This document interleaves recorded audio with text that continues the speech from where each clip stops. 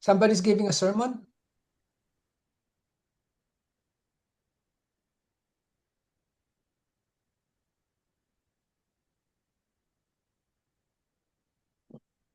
Okay.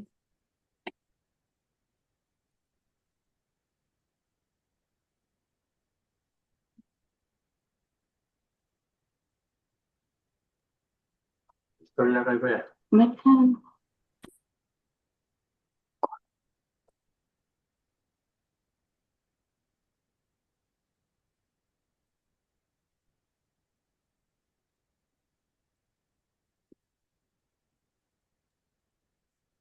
Hello, how are we Hello. today? Okay po, we're just good. We're good. Apo. So how many are we? Ate Paz, we have Ate Paz, Brother Jess, and Brother Joe. Ako, at sa Kuya Bernard. I think tayo lang. Kasi wala si Pastor. Okay. So, we will be doing our TGIF among ourselves. Sige po. If you have your upper room, may upper room kayo? Apo, Yung September and October, if you can get your upper room, September, October, and open your upper room on page. Open your upper room on page 16, Wednesday, September 10. Andot na.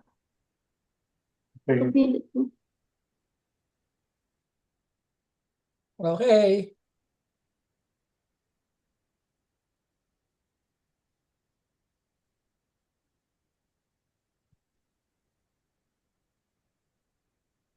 Okay.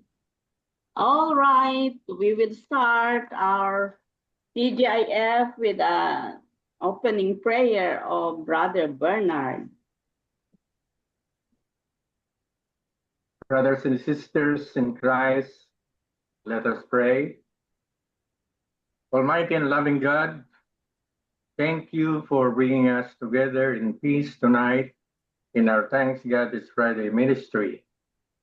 We are so joyful and thankful for your presence in all the difficult situations we experience in our lives. As we step into this Friday, we thank you for another day and ask for a spirit of gratitude to fill our own hearts. We pray for a blessed and peaceful weekend. In Jesus' name, we pray. Amen. Amen. Amen. So if you have your upper room, the Wednesday devotion says a surprise opportunity. A surprise opportunity. Did you ever have a surprise opportunity in your life? Have you experienced that surprise opportunity? Surprise! Oh, Brother Jesse, ngumingiti. Oh, he Surprise always has lang. surprise opportunities. Ikaw, Brother Joe, any? Siguro po meron, pero I cannot remember anymore. Maybe yung the fact na nakarating po ako rito sa Amerika, siguro surprise opportunity na rin yun. Yeah. Tapos I was able to live a life, I mean, without being a burden to anybody else. Siguro po surprise opportunity na rin yun. Correct. Yeah. Tapos ano pa, yung ay opportunity na ma-share ang talents ko by singing po sa choir natin, sa choir ng iba. Yeah. Yun po. Tsaka yung opportunity na nakapag-perform sa mga stages using my God-given gifts po. Yun po, surprise opportunity po para sa akin. That's great. Thank you. How about you, Brother Jess? I don't know. I guess everything that's happening to me, after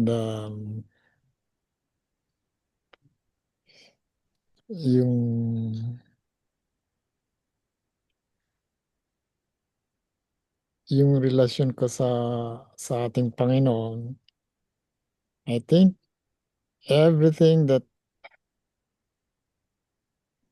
happened after that is a surprise for me kasi um,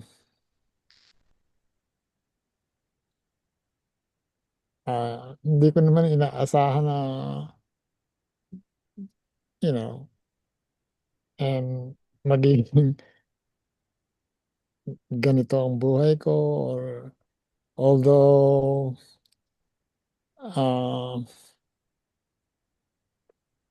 just like I said, I think it's a surprise for me dahil nakarating ako sa ganitong edad, sa ganitong katayon sa buhay, and I have a family, and all of them are,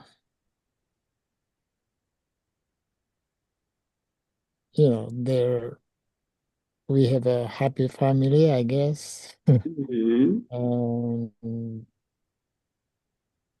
And I guess utang ko lahat yon sa ating Panginoon kasi siya ang nagbigay ng buhay sa akin, and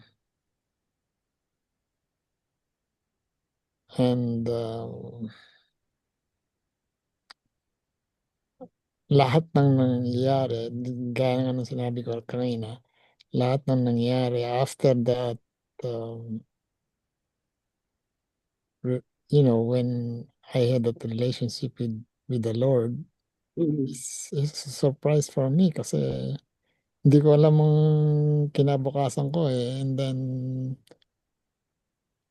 the Lord, I guess, guided me through all these years. So for me, it's a surprise kasi hindi ko alam kung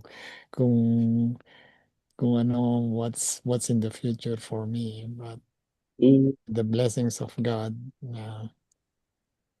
all were great. Yeah. Okay. Thank you. Oh, we welcome Sister Mylene. Oh, welcome. Wala si Pastor ngayon. Tayo lang ang mag-aaral ngayon. Si Ate Paz. Okay, hello. Oh, Hello po. Hello po. Ang tanong is, meron ba kayong surprise opportunity sa buhay nyo? If you have your upper room, nasa page 16, a surprise opportunity, sabi niya, yung sa upper room. Nasa upper room. I have an upper room. Yeah. Page 16, sa upper room ng September and October. Ikaw, Ate Paz, do you have any surprise opportunity? God has you. Ang surprise opportunity ko recently was that I met Elizabeth nung araw pa. But once or twice, nakita kami sa church. I was sitting down, pumasok siya, and I greeted her. Mhm.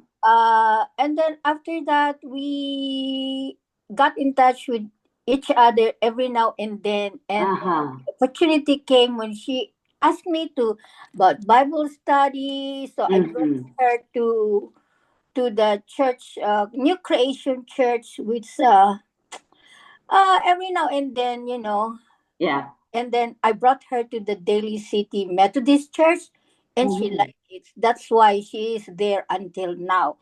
So that was like an opportunity that I did not expect that she will come, because she's been going to different churches looking for sa mga crossroads, sa mga iba-iba sa Chinese congregation, but she didn't find anything. Tapos nung inimbita ko siya dyan, nagustuhan niya. Not for the food, because yung isang dinadalhan ko rin sa kanya, may food din. But I think she likes it She said that she is more comfortable with the Daily City Church. So I support her. I go there because I don't want to leave her. Na, Yes. sige, nakita mo na, diyan ka na. Oh, So yeah. I keep on supporting her, staying with her in the church. So that's the opportunity that came recently Yes. that I did not expect that she will continue Mhm. coming to the Daily City Church. Yes. And it's God's way, and I praise God for that. Thank you, Ate. Amen. How about itong dalawang magnanay? Did you have any surprise opportunity? Mylene, Sister Mylene. Ikaw muna, Ras. Nakahanda na yung nanay ko eh. Magsasalita Si na. nanay muna. Okay. Sorry. Nanay muna. Any Ano raw surprise? yun? Medyo pagod pa kasi. Gagagaling ko lang sa trabaho. Mhm. So ano yun? Surprise na yan eh. Ano raw yung surprise na na-receive mo na opportunity? That is Na opportunity? opportunity. Surprise you na know. nanggaling sa Panginoon. Oh, I guess the one is my work now because I'm not really hindi ko talaga ina-accept yun. Mhm. So my boss, that is Beth. I don't know if you know Yes, that. I know her. You know, You've been and telling stories about her. Mhm. I know she's really very nice to me. Mhm. And she picked me up in my doctor appointment, and she told me that, Annie, I'm glad you are here. So I just want you to go with me and help me to do something in the house. It's okay for you. So I thought, okay, and she told me that. So that is the surprise for me because Yes. I'm not really doing that. I mean, she bring also for me in the ball game. Oh. Mhm. Hindi Yesterday. naman Tagalog. Yeah. Dinala niya ako sa Giant. Silang mag-asawa. Mm-mm. Oh, pinick up. Sabi ko, okay, that's too much. Giving for me a lot of food hanggang nanonood kami. Sabi ko, busog na ako, baka naman hindi na tayo makatayo. Yung mga ganong bagay na talaga pinagpapasalamat ko sa Diyos dahil sa kabila ng wala na ako talaga sa kanila, nandun pa rin yung bang sabi nga nila hindi ka naman iba na sa amin Kaya ang ano ko pag nahandyan ka, alam namin para natatawagan ka namin, gusto ka namin kasama, gano'n. Di ba napakasarap pakinggan? Oo. Na, Praise God. Yeah. Ikaw naman, sister. Marami po. Hindi siguro kaya nung sinabi ko nung sa church, I will not be a church if God is not blessing me a lot of things, especially sa mga pinagdaan ng problema. Recently, because I just celebrate my birthday no Wednesday, so it was birthday. Yeah, so surprise sa akin kasi sa text, sa Facebook, sa mga tawag, sa pati sa work, kahit hindi yun ang schedule ko, they call me, they texted me, and they greet me, and of course with surprise gifts. So I was so blessed na they appreciate na yung kung ano yung ginagawa ko para sa kanila. And I think ang take away doon is like I'm showing them na I was ang tawag dito a Christians na showing them kung paano maging Kristiyano na maging mabuting tao para sa kanila, hindi hindi lang sa kaibigan o sa bahay, pati sa labas ng bahay, pati everywhere you go. So very touching kahit yung message sa akin ng anak ko, very touching. Yung message sa akin ng boss ko, it's very touching na they were yung isang message sa akin sabi niya is, I was so blessed na pinanganak ka at na-meet ka namin. So, because without you, I don't know kung anong gagawin namin sa buhay namin. So I was like, I was so blessed that I am me. Because God created me. Kung ano ako ngayon, it's because of Him. Yun yung surprise niya sa akin. Amen naman. Nice. Ikaw naman. Ako naman? Yeah. Ikaw muna mauna. Moderator ako eh. Okay. Ikaw naman. Ako naman. Ano pang na-surprise sa akin? I-share ko nga yung lesson ko nung last Sunday? Last Sunday. Okay. Na-surprise ako sa author eh. Nagbigay siya ng humor. Ewan ko kung present kayo noon. Wala. Okay. Wala. Ito tungkol sa isang driver at saka isang minister. Yung minister, hindi binanggit yung denomination. Kaya sila ay napunta doon sa pintuan ng langit. Pintuan pa lang sa labas. At tinanong ni Peter, di pa si Peter, ang St. Peter may hawak ng susi. Sa pintuan. Sa pintuan. Nauna yung driver. Sabi ni Peter, kilala ka namin. Kilala kita. Sige, pasok ka na. Pumasok ka sa pintuan at mag-enjoy ka sa mga biyaya ng Diyos sa loob. Sumunod naman yung preacher. Walang denomination ito Hindi binanggit ng author. Ngayon, yung yung preacher ay sumunod. Sabi nung, bakit niyo pinapasok yung driver? Nagdadrive lang naman siya. Ako, 30 taon na akong naging preacher sa simbahan.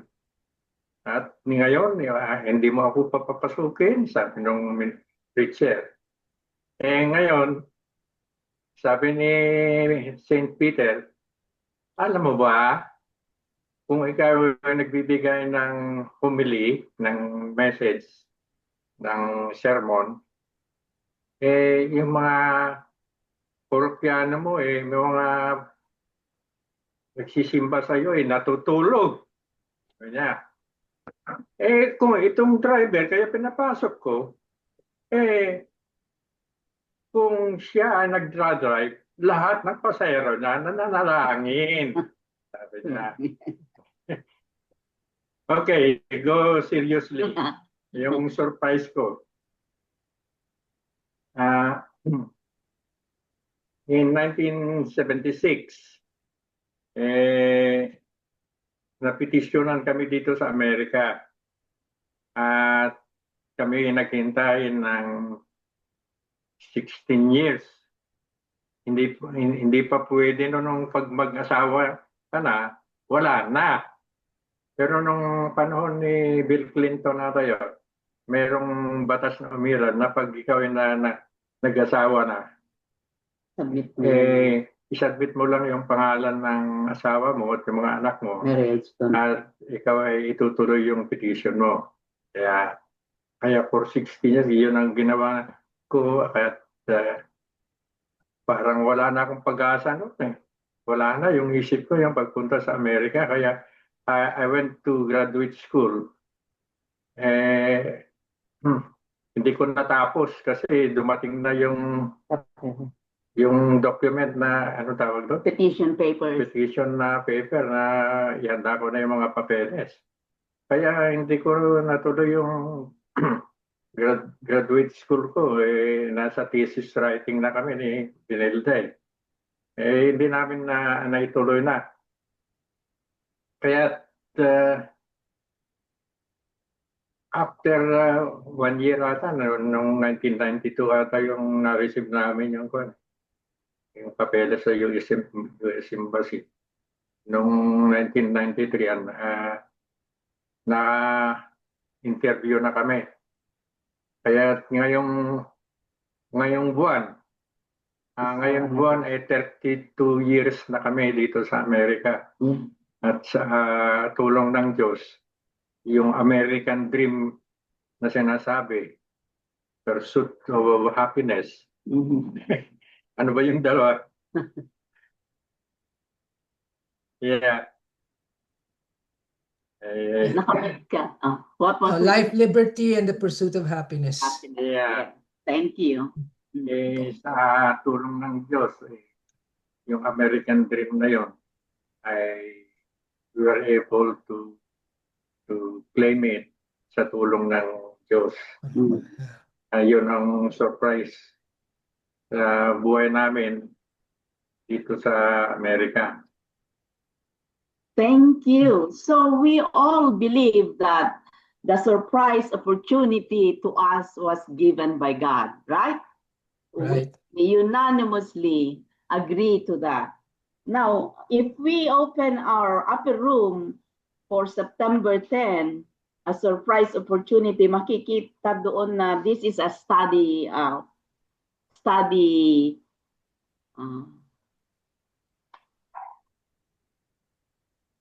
devotion. If we read Galatians chapter 3, verses 23 to 29, and it says, let me put it another way. The law was our guardian until Christ came. It protected us until we could be made right with God through faith. And now that the way of faith has come, we no longer need the law as our guardian. For you are all children of God through faith in Christ Jesus.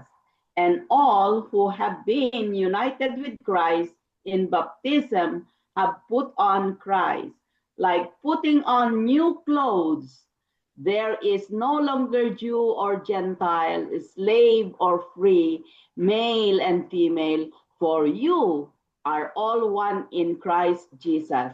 And now that you belong to Christ, you are the true children of Abraham. You are his heirs, and God's promise to Abraham belongs to you. Amen. Amen. So, the special verse that we have here is, you are a chosen people, a royal priesthood, a holy nation, God's special possession, that you may declare the praises of him who called you out of darkness into his wonderful light. The messenger we have here is Cristina Denoto of Mendoza, Argentina. This is her story. I think Cristina Denoto is a pastor. What do you think? Here goes her story.